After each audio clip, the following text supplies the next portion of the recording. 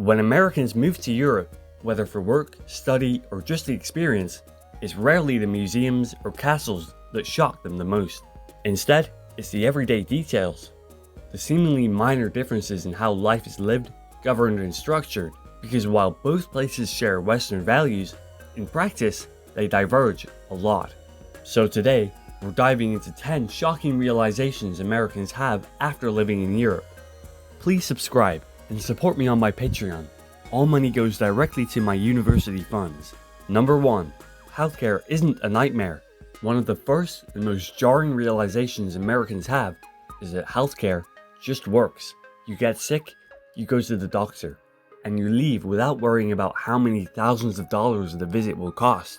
In most of Europe, there is no surprise bill, no out-of-network panic, no arguing with insurance over a routine scan. Even if the system isn't perfect, wait times and bureaucracy exist. It's astonishing to Americans that the financial ruin element of healthcare is simply absent. Number 2. People actually use public transit. In the US, public transit is often associated with major cities or not used at all. But in Europe, it's not unusual to take a train across borders faster than some Americans can get to their own state capital. Buses and metros are clean, reliable, and integrated. Europeans trust public infrastructure, while many Americans default to cars because they have to. In Europe, it's entirely normal not to own a car. That realization alone reshapes how Americans see mobility and urban planning. Number 3. Vacation time is a human right.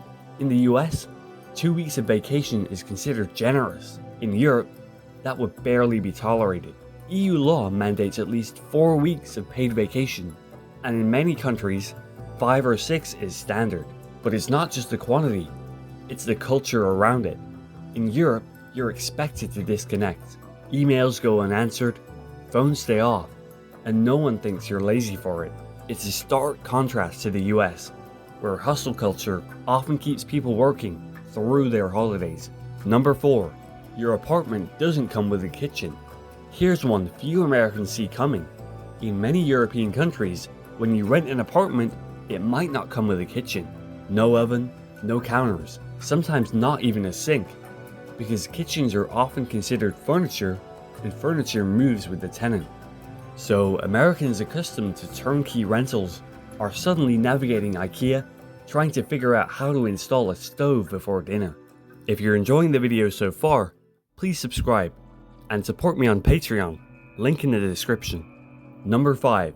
Cash is dead or it's everything.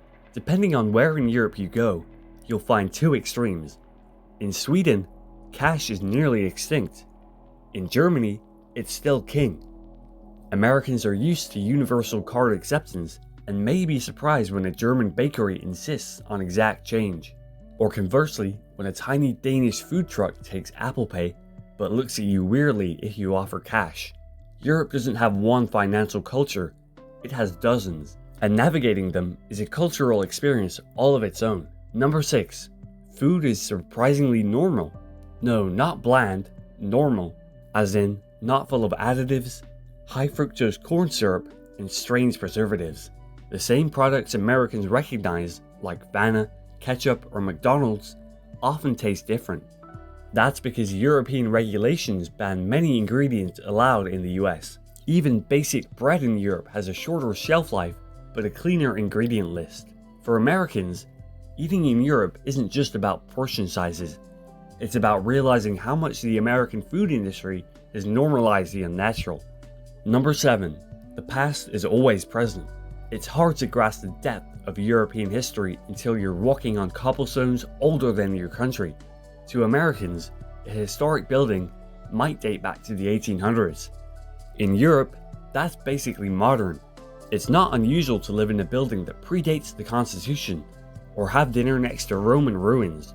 History isn't preserved in museums, it's embedded into daily life. And for many Americans, that changes how they perceive age, legacy, and architecture. Number 8. Sunday is still sacred.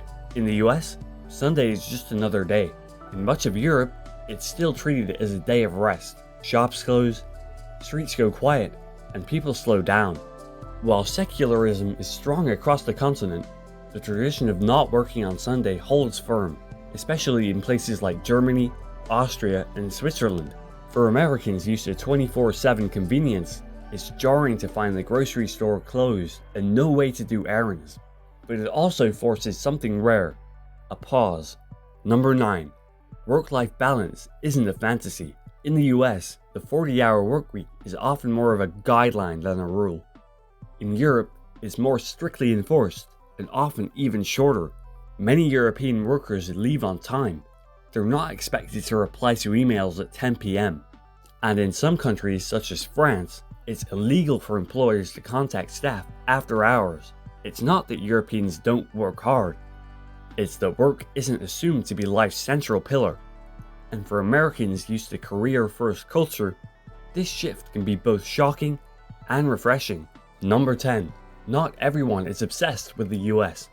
Perhaps the most humbling realization for many Americans abroad, the US isn't the center of the world.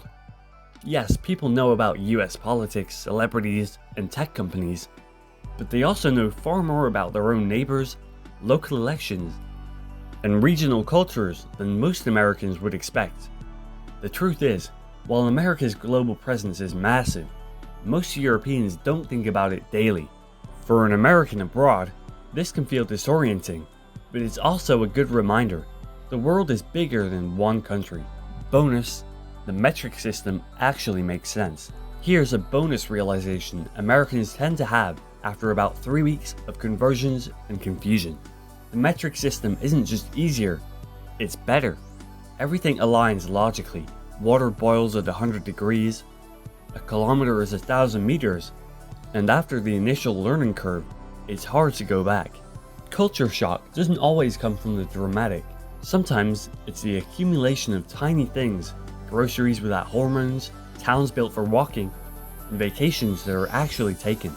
Europe isn't perfect, but for Americans living there, these realizations often reshape how they think about systems, priorities, and even their own identity.